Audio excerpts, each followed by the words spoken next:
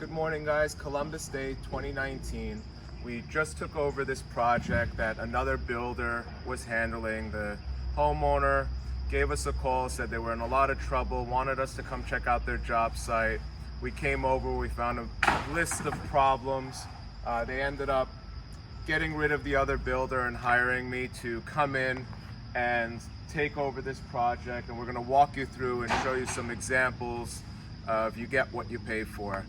So starting from the outside, obviously not the way we like to keep our job site, but the sidewalk is an absolute disaster. We're going to take a walk inside right now. Job site hasn't been cleaned in probably months. There's no dumpster on site.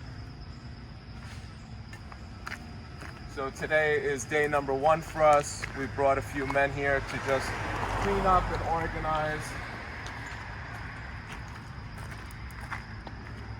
As you can see, there's garbage pretty much everywhere, material everywhere, boxes just piled up all along the side.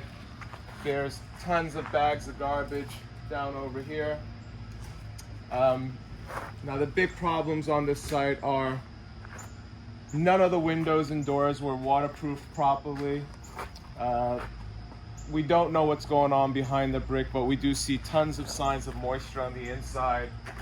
So until we clean this side up and make a final punch list, or a master punch list I should say, which will include removing all the precast around the windows, removing all of the stone around the French doors on the second floor and in the rear, taking them all out, reinstalling them properly with copper pans and proper flashing and waterproofing around the windows.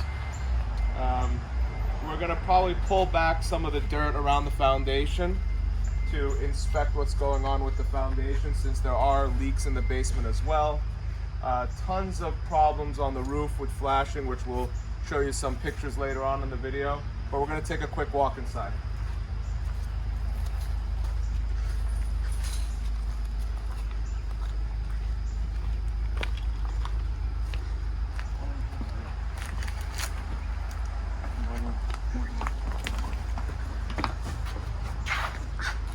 So right away you'll notice that they've done some sort of cement board on the floor that will all have to come out. None of the heights work out with the steps and the risers for the tile that's supposed to come in. This house should have been a mud job, so we're going to pull all of that out.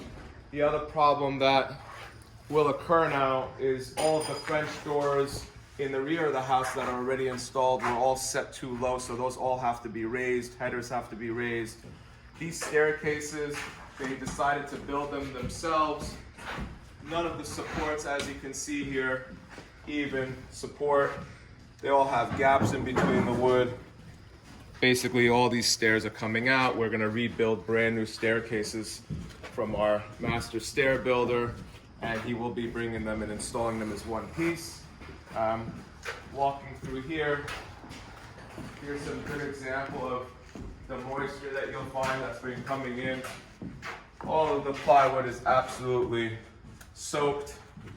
We came here the other day in a rainstorm, and there was water coming in from under all these doors.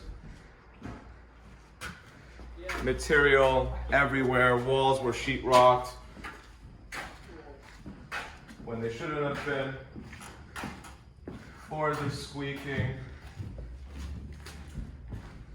And pretty much these doors are...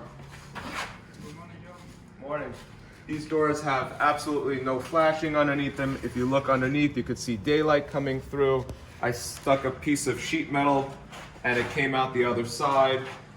So we know that there's absolutely no waterproofing in these, or copper pans. Kitchen, missing gas lines. They did another very strange system up on the ceiling with these sleepers that all have to pretty much come out because the ceilings are not level.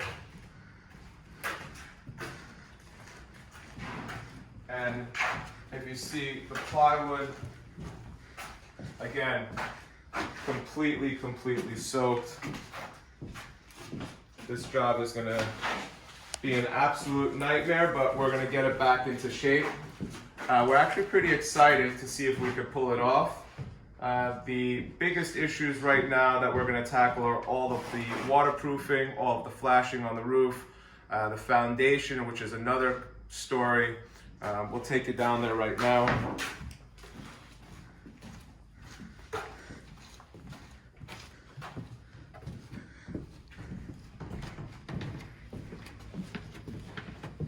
So you can just pause and go ahead. Over here in the back of the house now, that was the door I was showing you earlier that's got absolutely no flashing. So unfortunately, all of the precast around the door is going to have to come out. There was no scoops and steps ever built here, so we're going to have to remove all of this brick along the bottom underneath this water table band and drill in some rebar to attach some cheek walls, build some stoops and steps.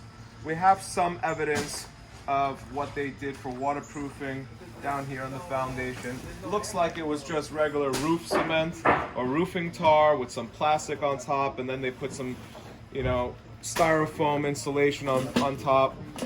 Looks horrible to me. Not sure what's gonna happen. Here's a very scary situation.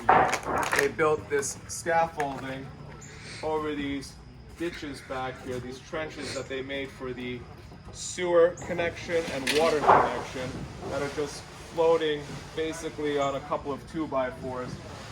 Very, very unsafe. I'm very surprised that this thing is still standing.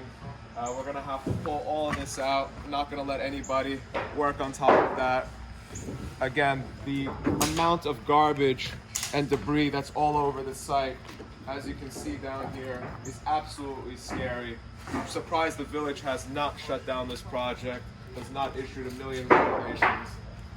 They have a 3-car garage back here that we're basically going to turn into a storage room right now. After we clean up the site, we are going to move all of the materials in here. These are some of our men here just for today to start straightening out this place so we can get a little bit of a game plan going.